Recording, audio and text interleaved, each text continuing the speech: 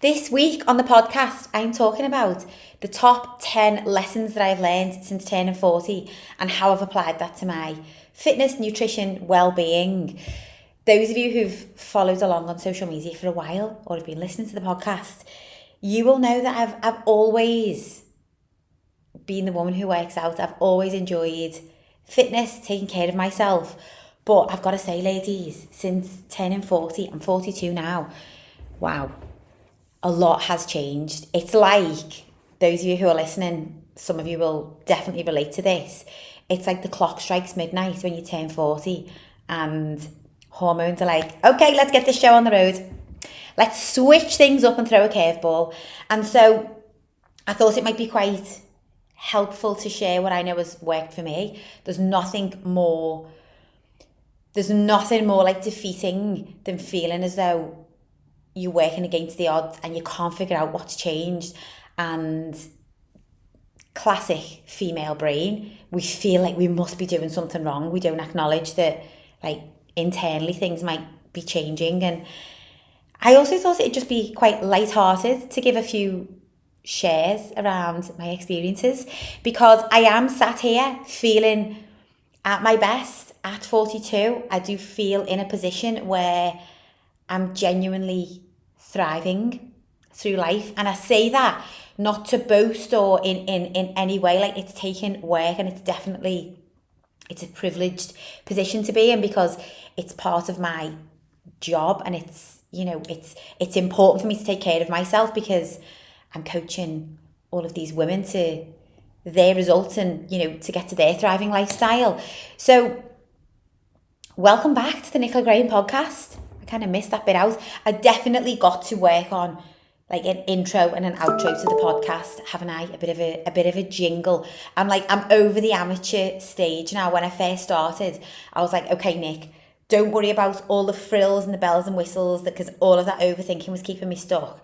I was like, just press record, let's go, and we'll add in all of the other bits as we go along. I'm not going to do an unfiltered for this week, because this whole episode, I think to some degree, is going to be unfiltered. So I'm just going to get into it. The 10 things that I know, that lessons that I've learned, whether that has been, a harsh reality or otherwise, and the things that I've put into place to reroute, to continue progressing and moving forward and to stay in shape, and that is like mentally and physically, because some of the lessons that I have learned have been changes to my physical body, and I think mentally and emotionally as a woman that can be really hard to get our heads around. And so how do we reroute, how do we course correct at this time in life? The first one, and this is just a mix of like nutrition and training and like lifestyle, but the first big realization, and I think any of us who are in our 40s will relate to this, is just that penny drop at how quick time is moving.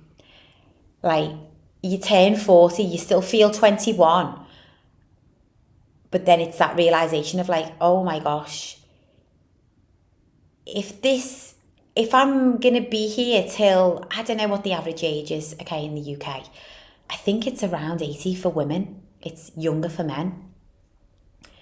But if it's 80, which I'm hoping, oh my gosh, I am hoping it goes way beyond that.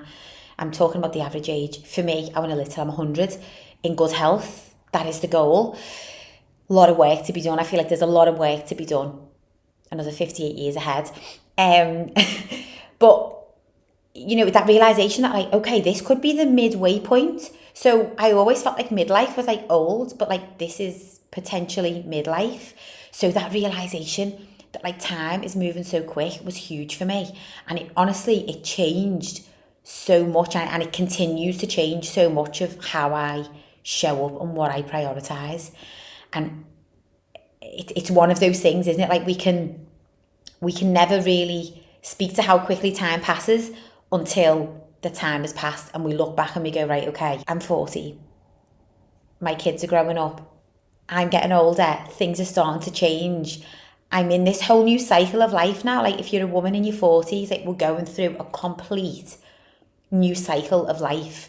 And actually my belief is that we almost get to live a second version. It's like round two. It's like when you go, we get out the other side of 40 and probably out the other side of menopause, which is many years away. But it's almost like it's a version two of ourselves, because we do completely evolve and go through this whole other cycle. So the penny drop of that was huge for me. And I think at this point now, like the takeaway really, the reason why I've brought this point to number one is because I've got to say, when it comes to my fitness and my nutrition and my approach to that and my approach to my general well-being, at this point now, it's like, how can I add years onto my life? And that sounds quite deep, but I think if you're stuck in that cycle of like, must lose weight, it's always been fat loss, it's always been about diet, maybe you haven't taken a moment to step back and go, oh, hang on, this is so much more now than that scale number. Why have I been like beating myself up to see that scale drop, when actually this is about adding more years to our life? And like a few of the others that I talk about now like really benefit that.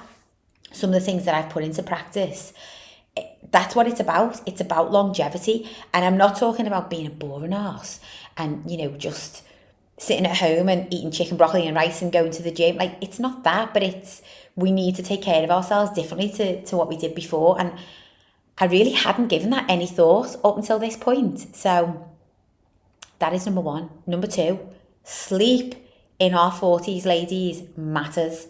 Oh my gosh. I definitely, up until maybe 18 months ago, could power on minimal sleep.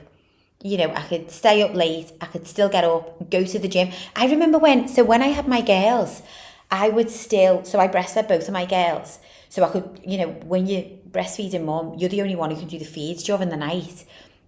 I also had that joyous time where my kids wouldn't take a bottle for the whole time that I was breastfeeding. I say wouldn't take, obviously with Isadora, second child, I was like, no, we've got to nail it with the bottle. I can't go through that again. And then it just worked for us to do it that way. So kids were solely dependent on me. I obviously didn't want to wait until breastfeeding was over until I could go back to my early gym sessions. Like, for my mental health, I needed to get back to it. I would be up all night feeding the kids. And then, you know, when they were tiny babies, and I would still get up on that 20 past 5 alarm, get me to the gym for 6, gym opens at 6, and I would still get my 6 a.m. gym session. And I would be tired, but I could do it. And I look back now and I'm like, I don't think I could do that now. I genuinely don't think I could do that now. Like, hats off to the women who can, but I definitely cannot.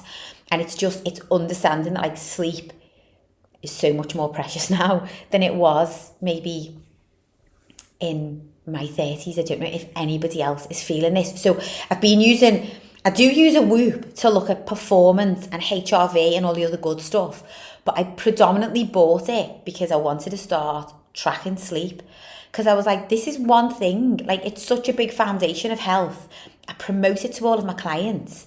I don't actually track it myself. Like, I want to understand what I need to get me to my optimal. And if there's something, by the way, ladies, that can help us understand how to optimize, I am going to invest in it. I've said this many times before. You can keep your shoes in your handbags. That was late 20s, early 30s, Nick. Nick in her 40s is going to invest in a piece of health equipment, a walking pad, a Whoop, an Oura ring. Like, if it's to boost health, wellness, well-being, I'm going to get that LED mask. I want all of the bells and whistles, and I will happily leave the designer goodies or the clothes shopping or whatever else it might have been that I was into. But yeah, I got the Whoop to help me better understand sleep, and the data from it is fantastic. But you don't need to have a Whoop to recognise, ladies, like the importance of our sleep, and especially in relation to our aesthetic goals.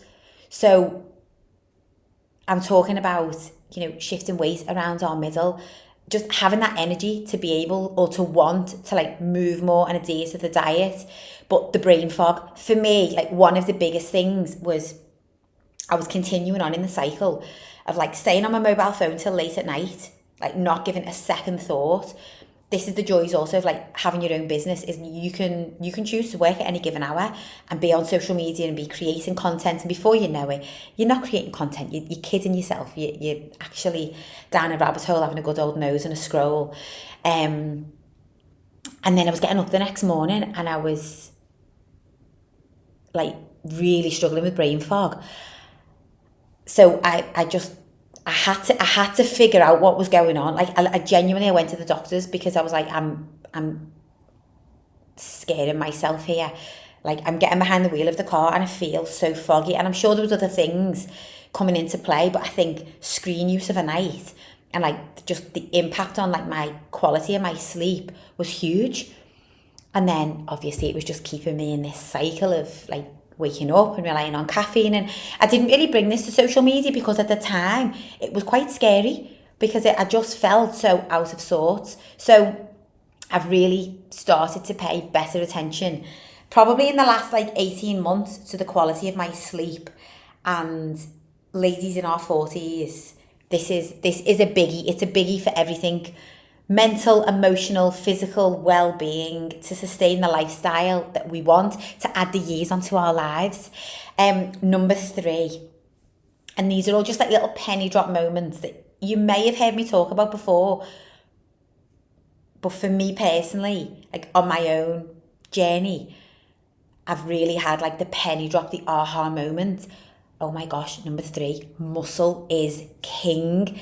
I no longer want to be the tiniest, and I've definitely had a version of me that has been chasing that, ladies. I'm not going to kid. Like, you know, you just want to be the smallest version of yourself. You want to be the size whatever. You want to sustain that number on the scale, or that tiny frame, or you want to be able to get in that tiny dress or whatever pair of shorts. And now I'm like, no, I want to be the woman who looks in shape. Like, honestly, I was at the gym this morning and there's a woman who trains at the gym and she looks phenomenal, okay? And she's muscly, okay? She's got muscle. She's not huge, she's not bulky. I know we do see some images online of like real muscular women, and power to them because that has taken work and dedication. But I'm not talking about that aesthetic. I think some of these images that we see online distort our reality of like what's achievable, and these women who look really, really muscular, like that is taken, that's not the norm, by the way, if you just go into the gym and lift weights. But this woman just looks like she takes care of herself, and you can clearly see this is years of work. Like, she hasn't achieved it with a jab or a regime or like a quick fix overnight. It's dedication. You can just see it. She just looks good and she moves so powerfully and strong. And I was like, yeah, that's the goal. And I was also talking to a client this week, and she'd been to see Gladiators with her little boy, and we were talking about some of the women contenders. I don't know if anybody else watches Gladiators. So there was a woman contender on earlier this year. I think her name was, I want to say it was Amanda, but I could be completely wrong. She had like short curly hair. She was the blue team and she won. I'm pretty sure she won. There was a few competitors. Anyway, I think she'd done like hybrid or like CrossFit. I'm not sure. Oh my gosh. Like, just goals. Just like, it's just made me appreciate even so much more, because I definitely went through a stage, me and my client anyway, but complimenting how unreal this woman looks and how that is like the aesthetic goal. But so I've spoken about this before, I'm sure. Like, I've always had quite like muscular arms, and I did go through a good stage of like wanting to hide that and feeling like really between a rock and a hard place, because if I train my upper body, just genetically, I just adapt really quick, upper body. So I would love to have the definition in my legs that I've got in my arms. I really would. And I'm not looking so defined now, but if I train with intent on my upper body, I get those big muscles. I've got the guns, I've got the biceps, ladies. And there was a time when I just felt like it looked so disproportionate to my body. And now I'm like, I'm here for it. And honestly, anybody who doesn't like it, I really couldn't care less. And also, you know, I'm thinking about wanting to be able to keep up with my kids. My kids still want a lot from me. Like, my girls still want like a double bunkie, we call it, up the stairs of a night. So I'll carry one on the front and I'll carry one on the back. I like to get in heavy. And they also want me to be able to keep up with everything else that they're doing. And I don't want to just be watching from the sideline. I want to be in it. I want to be involved. I want to be able to. We went swimming with the kids at the weekend and on holiday in the summer. Penelope, who is keen gymnast, wants me to lift her over her head, but she wants to do this certain move. So I've got to have straight arms and she's balancing on my arms, but I've got to lift her over my head in a certain way that keeps my arms all nice and poised and straight. And anyway, she's grown since the summer. We go to the swim bath on Saturday, and I was struggling to get her up.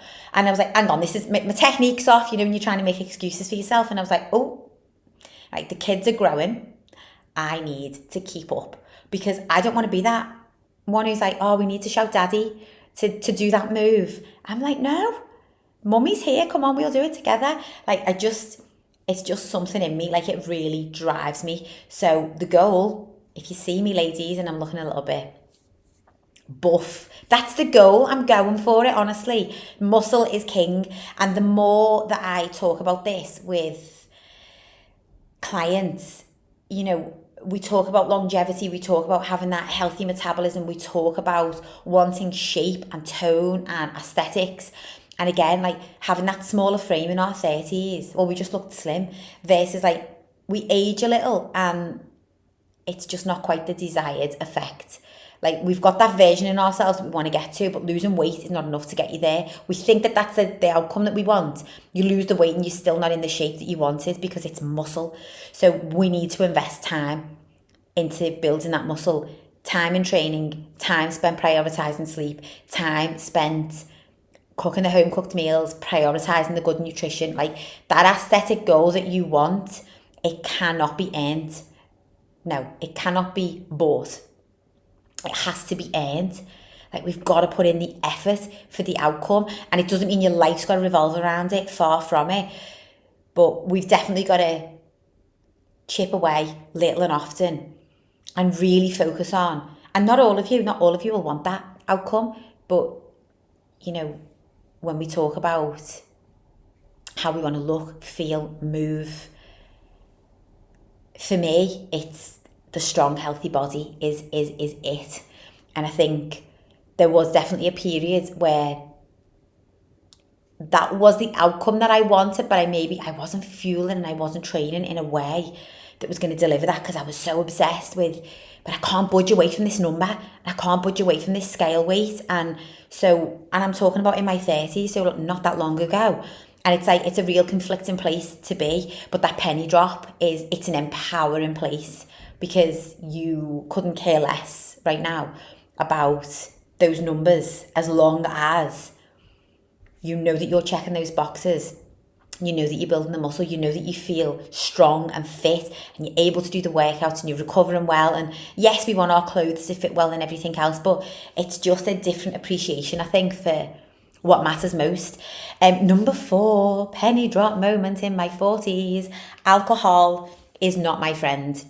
Hates me with a vengeance, other than the couple of lovely glasses of red wine that I had on a recent holiday. But as a general rule, going out and drinking, I just cannot. I can't do it. And I think part of it is my little frame.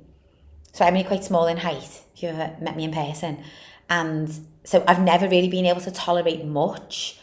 But the less that you drink, the less you can tolerate. So I've got loads of clients who'll say to me, oh my gosh, Nick, I cannot believe that I normalised a glass of wine. Thursday, Friday, Saturday. Sometimes a bottle of wine on the Saturday. I normalised that. I could function on that. I actually felt like I needed it. So then we normalise irritability and feeling groggy and having no energy, and we just feel like that's our set point. We can't get out of that trap. And now those same women are like, me after one glass of wine, Nick, and I just can't. I can't do it. And it's a process. It's a process to start removing it from the weekly schedule, and it's a process to stop relying on it.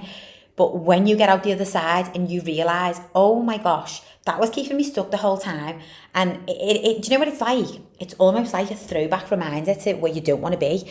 So when you have a drink and I say, I can't tolerate it anymore, it's because it throws me back to this version where I feel as though I'm trudging through the mud and I can't get my sessions in. And if I do, I feel ravenous afterwards. I've got no control over my appetite afterwards. Like, I could honestly eat us out of house and home. And I just spend days recovering. It's just not worth it. It's just honestly not worth it. So I'm sure I will have a couple of glasses of like my favourite, only ever my favourite. But I can make a glass of red wine last the entire night as well. Like, my husband jokes with me because obviously men are a bottomless pit most of the time when it comes to alcohol. Although I think he's also feeling that, like, you know, as he's getting a bit older, his threshold is not what it was. But I can make a glass last the whole night because I only ever really want that first sip. I like the thought of having a glass of wine and having a sip of it, and then I'm over it, because I can instantly feel when you've not drank for a while. It hits your system. It's so wild. So yeah, massive penny drop moments for me. I'm going to choose so wisely, so wisely over the December period, because it's just, there's no grey area. It's very black and white. I've seen some really good alcohol-free options out on the market. So there was one on Dragon's Den, actually. So Stephen Bartlett, I didn't even watch Dragon's Den. I was watching this one episode, and Stephen Bartlett like went into business with them. It's called Mother Root. I've not bought it yet, but I'm going to, so I'll report back. But apparently, so what he bought into is, it's got that real like alcohol way about it where you can only sip it. It tastes very strong, apparently. Tastes very strong, very pungent. There's one that's based on ginger, which I love the flavour of ginger, and I love the benefits of ginger also. So I'm going to give that a go. That is going to be my tipple for the festive period, I think. So I'll report back if I buy it. Number 5. Anti-aging is distorting our version of reality, and you don't realise this until you start to age naturally. And then you look around and you're like, why do I look like an absolute hag? And everybody else seems to be like defying gravity. And then I realised that, like, oh, okay, they're probably all just really good with their anti-aging regime and injectables and everything else. And here's me with no top lip to my name. I've had my lips done, by the way, in the past. I think that's one of the first signs of aging, isn't it? Like, your lips go a bit thinner. But it's distorting our version of reality, isn't it? Like, I looked at a photograph the other day and I was like, oh my gosh, I've got no top lip. And then I was like, I only actually think that about myself because a lip job now is so normal, if that makes sense. And then there's the whole wrinkles on the forehead and wrinkles around the eyes, which I've always had loads of, like, I'll call them smile lines. Because I remember when we got married, so like anti-wrinkle injections weren't like a big thing, but they were on the market, and one of my friends was like immaculate face, and so she'd said to me, like, oh, you need to go and see this woman that I speak to, blah blah blah. Anyway, went to speak to her. So I was only 31. How bad is that when you can't remember how old you were when you get married? And so I was 31, and I went to see this woman, and where I wanted injecting was like right under my eyes. And you can imagine I was 31, like I was baby-faced. And she was like, where you want to inject, I can't touch that area anyway. Like, it's not down here. It's like up right close to your eye. If you're watching on YouTube, you'll be able to see me pointing. So I was deflated, but also like kind of happy, because this particular woman looked like she'd had far too much done. And I was thinking, oh, like, if you start now, is that how you're going to end up? Do you know what I mean? I was like, I was thrown. Anyway, obviously, I've had Botox in the past. I've not, like, if you're watching on YouTube, oh my gosh. So I'm trying to experiment with the au natural. I don't know whether I'm going to be able to stick it out, ladies, but we move. I'm trying to just push past the fact that, like, reality is becoming distorted and everybody looks absolutely immaculate, and So if I don't, I'm quick to be like, oh my gosh, like I've got like, lines around the bottom of my face, I've got all lines around my eyes, and I've got wrinkly forehead, and I'm like, Nick, gal, come on. This is your health journey that you are on, and like I don't know if the two things marry up. Like, let's just roll with it. And I also don't want the kids to see my face completely change. No judgment to anyone, by the way, who invests a lot in keeping their face looking prim. I actually wish I was that woman, but I'm not. So because I'm not, I'll get the odd little something done, and then I feel like it just highlights the other areas. Do you know what I mean? The lips, I've been so close to getting a little bit of something else in my lips, but I've had my lips on for absolutely years, so whatever was in there is gone now.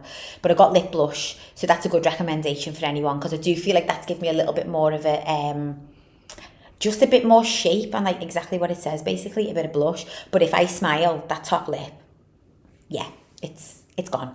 It's gone. And if you see me on a gym picture as well, like, you know, we take these gym selfies at like 6 a.m. I'm like, oh yeah, that's wild times. That is like, that's a harsh reality there. But again, I'm just trying to embrace, and I really want to show up as well as the most natural, authentic version of myself, because one of us has got to be the one to break the seal and just show some reality, haven't we? Like, we've got to. Otherwise, we're all going to find ourselves stuck. And I, for one, don't want to be in that position. Like, I'm all for a little beauty treatment to keep myself feeling at my best. And I'm sure by the time this even airs, I will have maybe, you know, got a little glow up for the month of December. I quite like getting those polynucleotides. I've had that maybe twice, which is it like like the salmon sperm or something? And it gives you that nice like little plumped look, and hyaluronic acid and all of that kind of stuff. But anything else that like is going to be like maybe a permanent, sort of semi-permanent change made, I'm a little bit nervous. Moving swiftly on.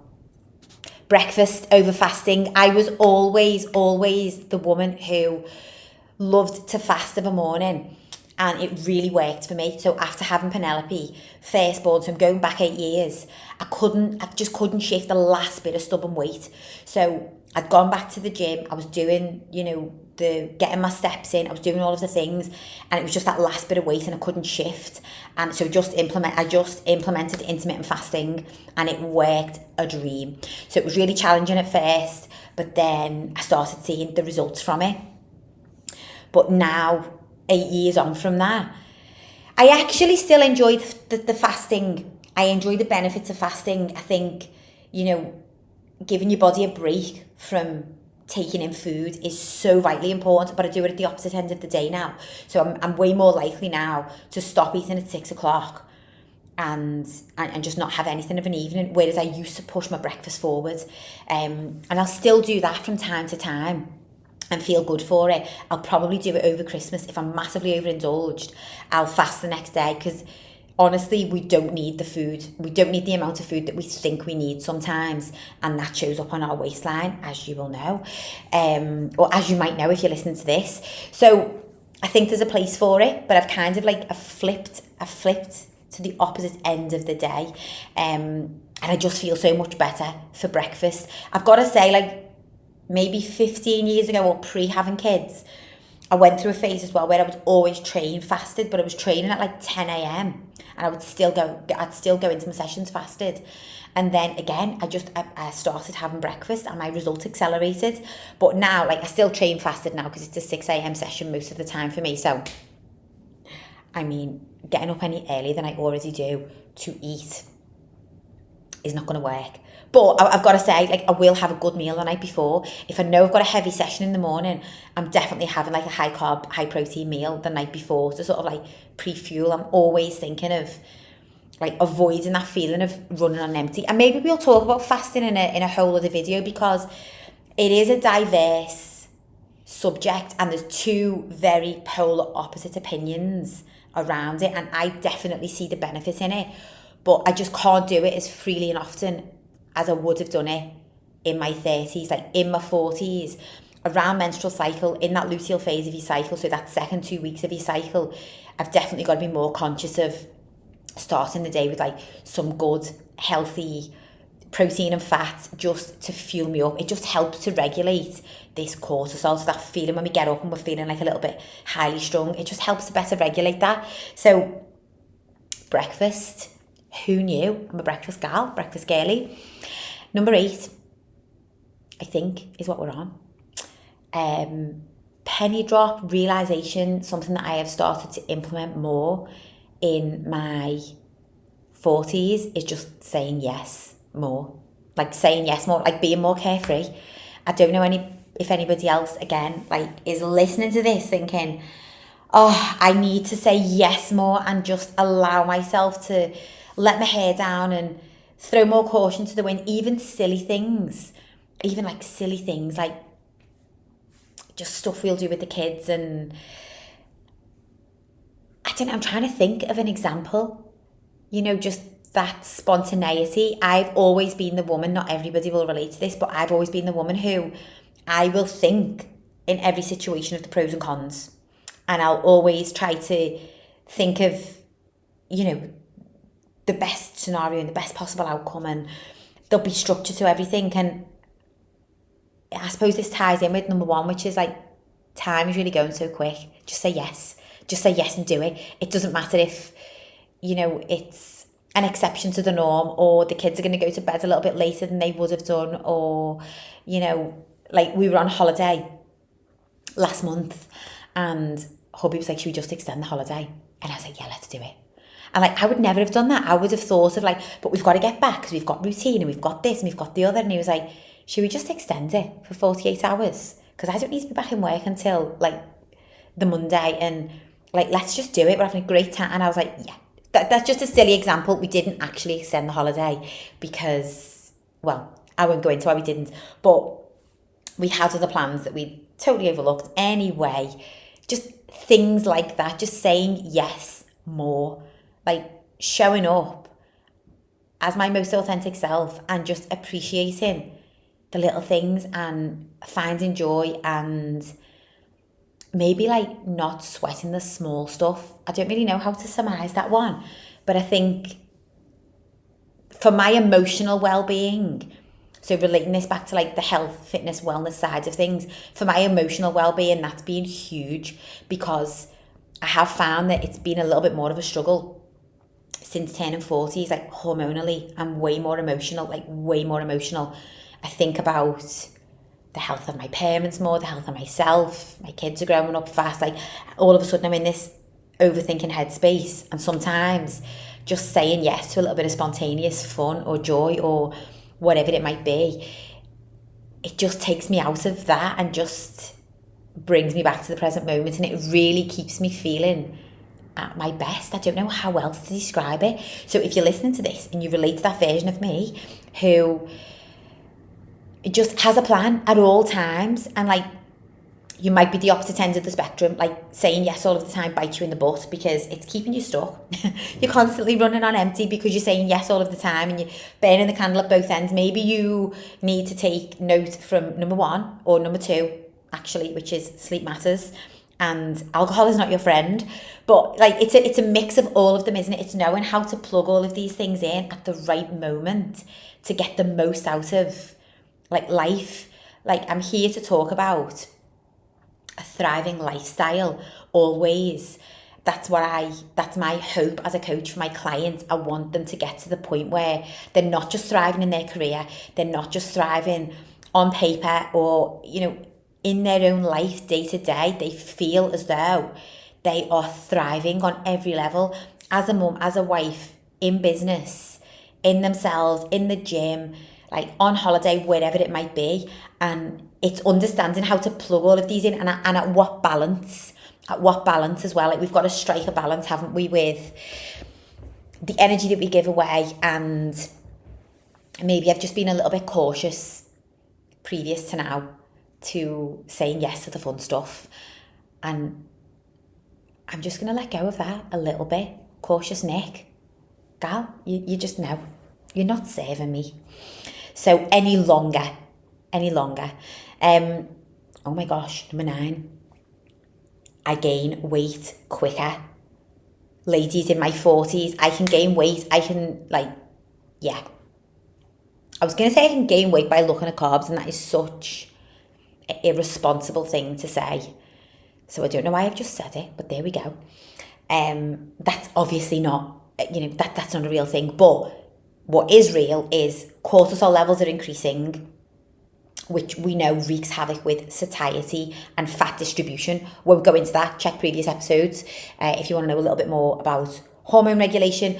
But whether we like it or not, and again, check previous episodes for how to best regulate and manage your stress, because it will help to alleviate this cortisol hormone. But I know that mine is way more out of control than it used to be, and I'm having to actively regulate it. So I went through a period of just all of a sudden I was starting to gain a little bit more weight around my middle, and that's never really been my problem area. So I'm not saying I've completely got away scot-free. I think any woman who's had kids, our stomach is always going to feel like it's got a life of its own from time to time, and that's okay. But I was just gaining weight around my middle, and I was like, this is not normal for me, not usual for me. It's not where I hold body fat if I'm going to gain weight. It's legs and bum always. And again, tied it back to lifestyle factors, and I'm going through a different stage in life now, and I'm having to take care of myself better and manage my mental well-being and manage my emotional well-being a little more to sustain the result, essentially, because running on this fast pace 24/7 the way I was accustomed to doing, it was just no longer serving me. So let's hang around on this point for a moment, because I think there might be some of you who really relate to this one, gaining weight a little bit easier, or it just feels more stubborn and it sits around your middle. So first of all, insulin sensitivity plays a role in this, ladies. So that's how quickly our blood sugar can spike and elevate. And we know that if we get that spike, then we get that crash. And that crash, we get down, I'm giving an analogy or I'm using my hands. If you're watching it on YouTube, it's like a roller coaster. It goes up to the top and then it comes down. But that crash it feels like cravings, essentially. We need more fuel. So we're not just battling with weight gain, but we're also battling with this uncontrollable appetite. So what used to feel doable before, whether it's managing calories or, just being able to nip it in the bud, that little sweet tooth or whatever, that feels harder. And it's because we are more sensitive to these blood sugar spikes. So we have to pay more attention, better attention to what we put into our body. So for myself, I had to go through this little phase of really paying attention to making sure the morning was high protein, high fat, or protein and carbs is fine, especially if you've been training, but protein led. I will always strive to meet my protein goal, but definitely I'm not always thinking about 40 grams of protein. Sometimes it would be half of that. But again, you start to notice this weight creep on, and if you want to make a change, well, that comes with taking the action. So, and just making sure that protein is plugged in throughout the day. So you've got this nice sustained chain of energy, rather than these big ups, downs, peaks, taking it back to the sleep as well. And even just the fasting, having that cut-off point before bed and allowing for proper digestion also just allows for better hormone regulation. So really pulling all of these things together, probably all of these points really allowed me to shift the weight that I'd gained around my middle. And I'm only small, I'm 5'2", so if I gain a couple of pounds, I feel it instantly. And if I gain anything upwards of 4 or 5 pounds, you can see it physically on me straight away. So I'm looking back over the notes and prioritising, muscle is king, getting into the gym, avoiding cardio, staying focused on lifting the weights, prioritising the sleep, thinking about the way in which I eat my calories, prioritising breakfast, having that cut-off point at the end of the evening. This just all benefit the bigger picture for me, and it helped me. I should have really documented that little stage in life And it was only momentary because I'm so in tune with I'm so in tune with my body because I just place really high value on it. So I'm not going to, I speak to a lot of women and they say, I don't know how I've let myself get to this point. And I'm here to say that if you are listening to this and you relate to that on some level, sometimes it's been a life event that's happened. And so you just haven't had the energy emotionally or mentally to put into yourself. But sometimes it's just that we blindly ignore our body's needs and we just keep filling everyone else's cup. And before we know it, like we're in our 40s. So these little things that we used to be able to get away with, or even if you're late 30s, you know, the couple of glasses of wine to take the edge off, the takeaway because you don't want to cook, the few little nibbles off the kids' plates, like we could get away with it. And then like before you know it, again, I'll have women and they'll say to me, I don't know how I've let myself get in this position. And it's just that like it just tends to spiral a lot quicker than it did maybe previously, and it's harder to undo. So bringing awareness to that first and foremost is so super important. But I definitely should have documented this stage. But can I be completely honest with you all on the podcast? When I was in it, I'm trying to like pinpoint the time. It was so momentary. Like it was genuinely, it was like I just could feel myself getting out of control, and I was definitely overtraining, which is why I talk on this subject so much, the overtraining and the under recovery, because it's another big sticking point I see with women who are trying to drop body fat. And I'm like, I've been there, trust me. It actually keeps us stuck. It's not the way forward. But I didn't feel good. I didn't feel good or comfortable. And it's not that I was avoiding sharing the truth with you all. It's really not that.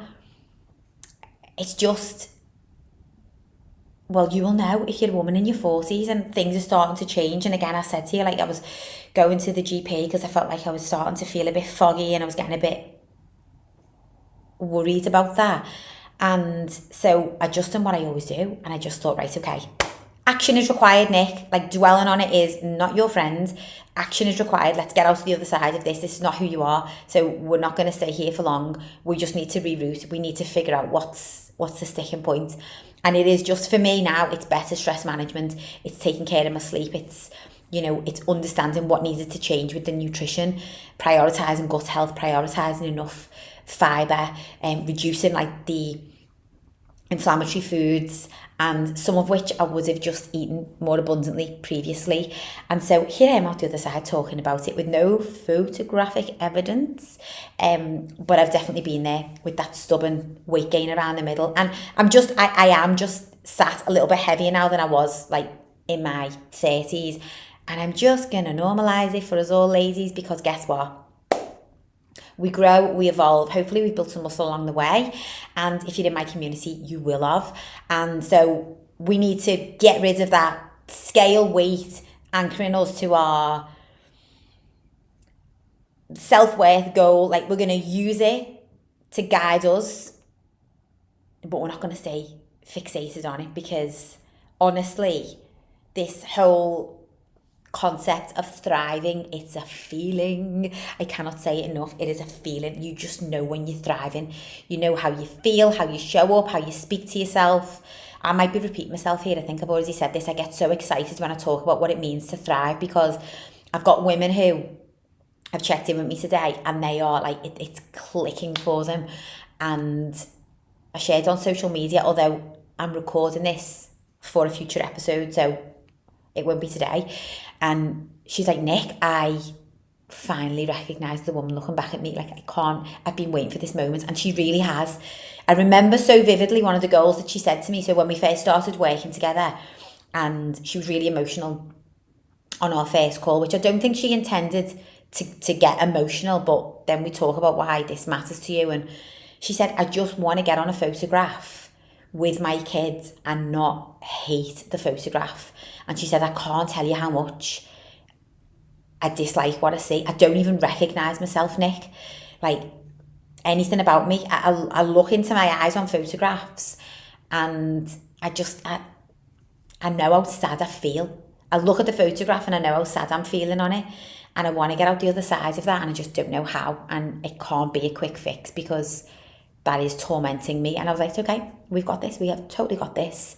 Thank you for sharing that. Like, that gives me now absolute drive when it comes to how we're going to map out your goals, what matters to you, what your biggest value is. And she sent me a message this week. And I said to her, I don't know if you even realise the words that you said on our first call versus the words that you've put in this check-in. Like, you've put that goal into action, and you've got out the other side. And I don't think she even remembers word for word that conversation that we initially had. But I always remember my client one-to-ones, always. I can always say back to them the little things that they've given away on the call that maybe they don't even realise that they're getting into that detail, or they're sharing that. And for me, I'm like, okay, this matters. So she sent me a message and she said, I took a picture. She said, it sounds cheesy, but I took a photograph at the weekend and I recognised the woman in the photograph, and it just made me smile so much. And I was like, do you realise you've just achieved your first big goal? In fact, the only goal you set yourself for this year was that. So we didn't even set a scale weight goal, or we've got those numbers. We have those numbers written down because we need to have a guidance as to what we're working towards. I'm going off on a tangent here, ladies. But we always plug in something with meaning, something with actual, like, if we get to this point, that's the outcome that you're really striving for. Like, so to love what you see on that photograph, that's not a number. We don't know what that number's going to be, to be honest. We don't know until we get there. And once we get there, no doubt, goalposts will have changed and we'll be on to the next goal. But we need to take in this moment and acknowledge it. And that was a real big one. And that is, for me, it's like, she is thriving. Okay, number 10. So this is a little bit of a sentimental one, but it's really that the little things are the big things. I was trying to think then of how to word that correctly. The little things are the big things.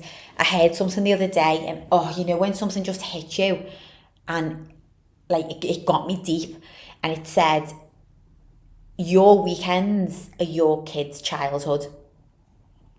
And I was like, oh wow, like mic drop. Your weekends as an adult, so if you're listening to this and you're a mum, your weekends right now are also your kid's childhood. So what are we going to do about it?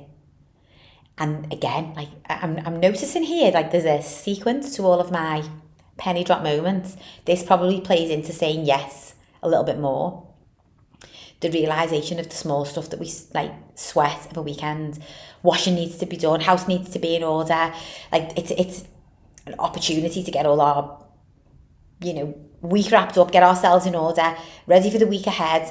And obviously, like for me and my girlies, like they've got clubs that they go to and we're always doing fun stuff.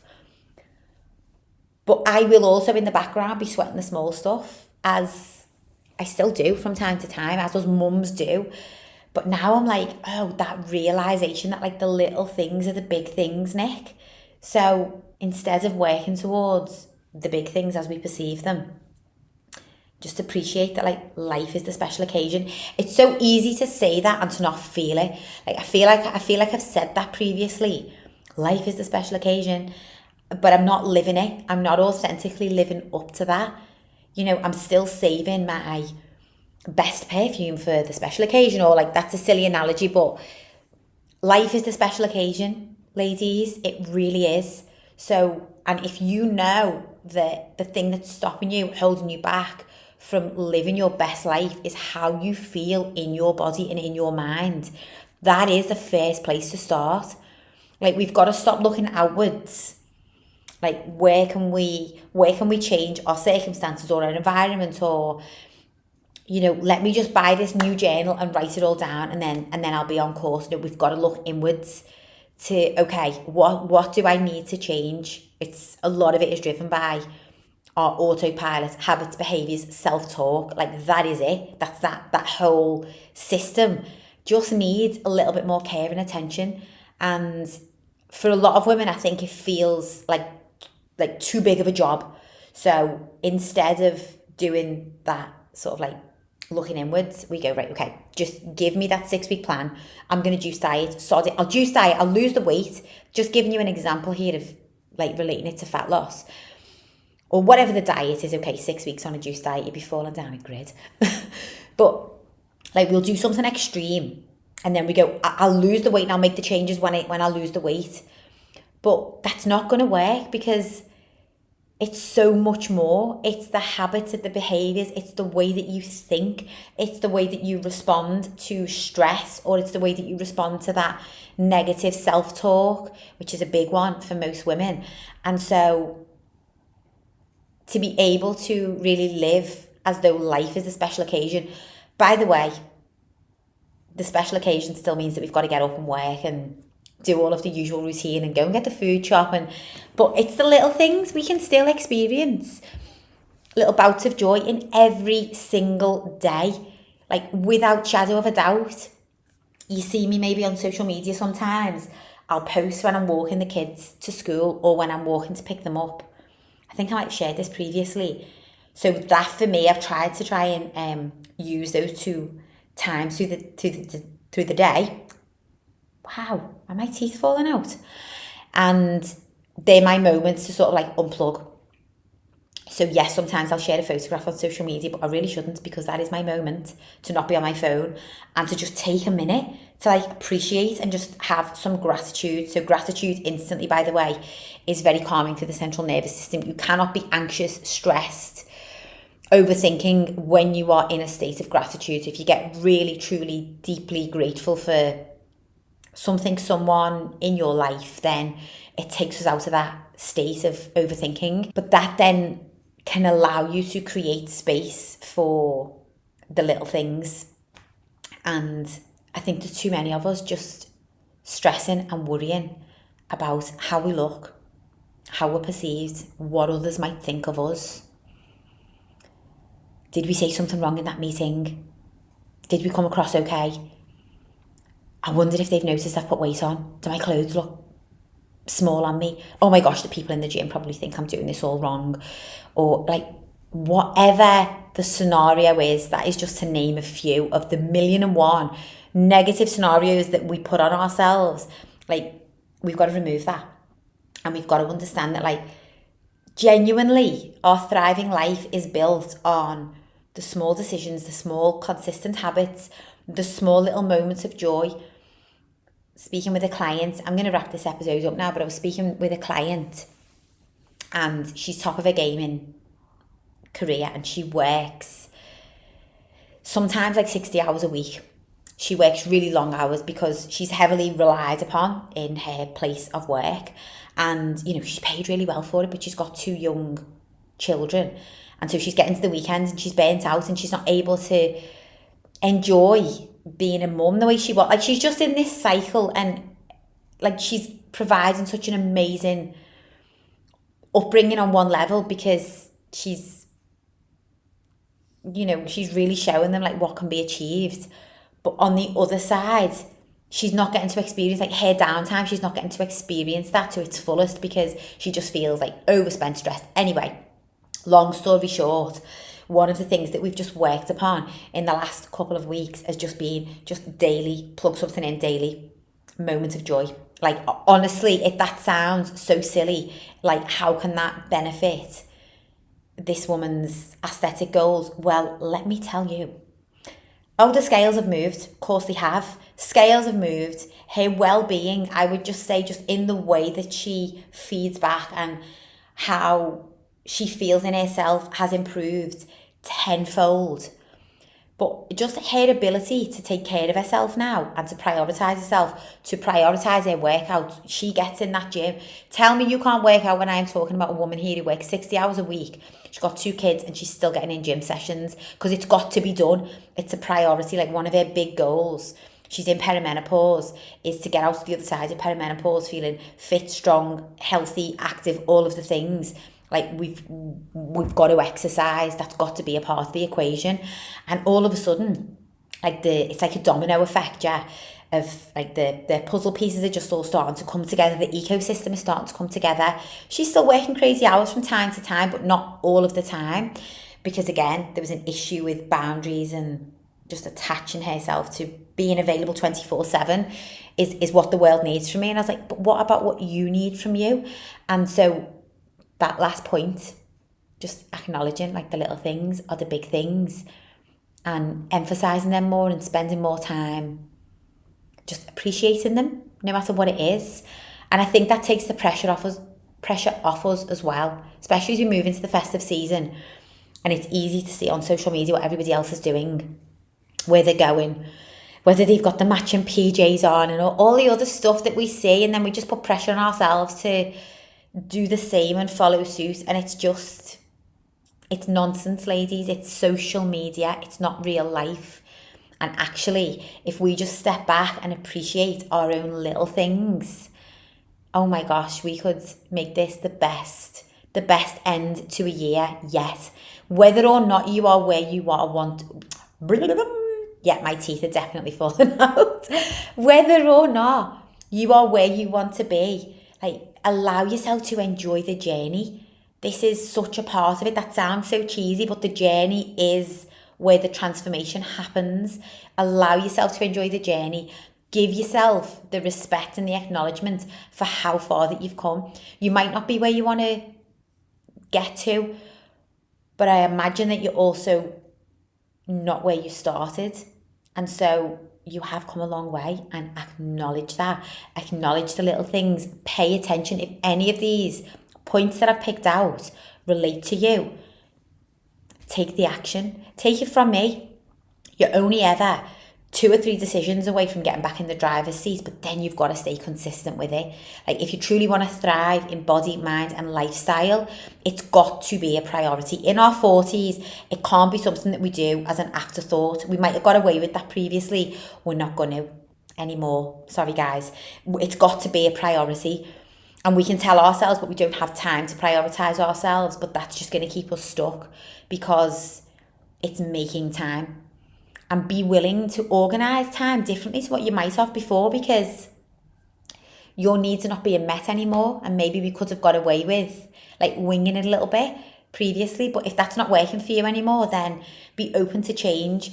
And if you know that you need some support or encouragement or just community, like-minded women to share that with, and to get some guidance, to get some structure, accountability, come and join us inside of Thriving Women. Thrive Lifestyle is the part of the community where I personally will coach you to your thriving way of living. We will get to the root of what is going on. We will course correct. We'll simplify. We'll remove overwhelm. And we'll put in some practical, doable action steps that will guide you on the way to where you want to be. And I will hold you to that higher standard. You know, that version of yourself that you've got in your mind, but then she just keeps popping out of your mind because you keep going back on autopilot.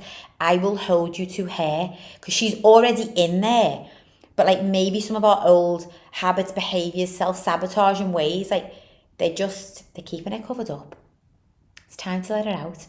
I hope this was a helpful, thought-provoking episode. It was a little bit indulgent, talking all about my top 10, but I'm hoping that the shares might have helped. And ladies, as always, the one thing that I would really love from this podcast, if you listen, please subscribe. If you've not done already, please head over, leave a review, leave me a short review, leave me a rating. It just helps the podcast to get out to more women who will benefit from hearing this content. I love to hear your takeaways. I love your comments, your shares, your DMs. So please keep them coming, and I will catch you all on the next episode.